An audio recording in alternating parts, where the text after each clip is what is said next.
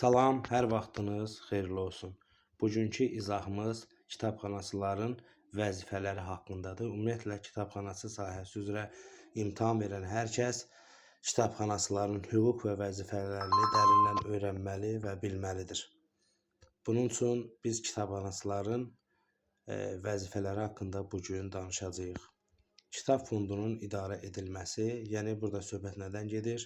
Yəni kitabların, jurnalların və digər materialların qəbul edilməsi, qeydiyyata alınması, köhnəlmiş və zədələnmiş kitabların çıxarılması və silinməsi, kitabların düzgün təsnifatı, sistemləşdirilməsi, məsələn, müəllifə, mövzuya və ya nömrəyə görə. 2. Oxuculara xidmət göstərmək. Burada söhbət oxuculara xidmət göstərmək gedirsə, bunu biraz diqqətlə oxuyub başa düşmək, əzbər yox, sadəcə dəfələrlə oxuyub ağılda saxlamaq daha yaxşıdır. Çünki bu sizi test mərhələsində, imtahanda düşəcək o sualları və bu mövzuları əhatə edəcək. Söhbət burada nədən gedir? Oxuculara kitabların tapılmasında və ya seçilməsində kömək göstərmək. Kitabların verilməsi, qaytarılması, qeydiyyata almaq. Ümumiyyətlə, bundan sonraki dərslərimizdə də bu verilməsi, qaytarılması haqqında da müzakirələr aparacağıq. O dərslərdə izah eləyəcəyik ki, bəs verilməsi hansı şərtlərdə olur, qaytarılması hansı müddət ərzində olur, onları da biz izah eləyəcəyik.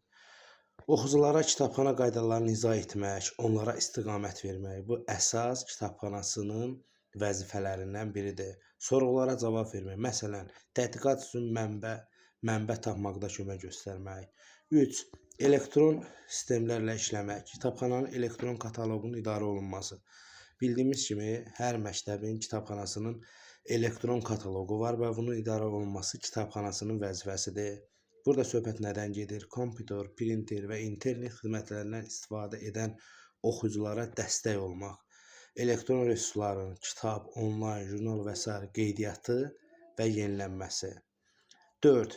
Sənədləşdirmə və hesabat işi, gündəlik, aylıq fəaliyyət hesabatları tərtib etmək, kitab və oxucu statistikalarını aparmaq.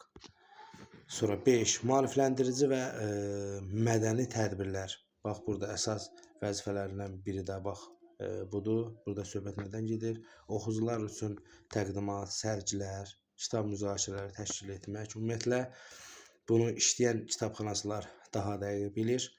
Hazırlaşanlar da bu vəzifəni bilməlidir. Çünki yenə dediyim kimi, bu düşən suallar bu mövzuları əhatə elədiyi üçün bu dərslikləri daha dəqiq dərindən öyrənsək, bizdə imtahan mərhələsində çətinlik olmayacaq. Maarifləndirici mədəni tədbirlər deyiləndə nə başa düşülür? Oxucular üçün təqdimat, sərgilər və kitab müzakirələri təşkil etmək. Uşaqlar və gənclər üçün kitab oxumağa tədbir keçirmək. Bu, hər kitabxanasının vəzifələrindən biridir. Məktəbdə ümumiyyətlə uşaqlar üçün kitab oxumaq üçün tədbirlər, oxucuları təşviş etmək üçün, diqqətini cəlb etmək üçün tədbirlər hökmən keçirməlidir. Oxu mədəniyyətinin təşviqi ilə bağlı layihələrdə iştirak etmək. Ən əsası da öz bilik və bacarıqlarını artırmaq, yəni kitabxana texnologiyaları, proqramları və xidmətləri öyrənmək. Ümumiyyətlə, kitabxanasının əsas vəzifələrindən biri də odur ki, öz bilik bacarığını artırmaq, peşəkar təlimlərdə və seminarlarda iştirak etməkdir. Bu, belə deyim, izah elədiyimiz dərsliklər kitabxanaçıların vəzifələrinə aiddir. Növbəti dərsdə isə biz kitabxanaçıların hüquqları haqqında danışacağıq.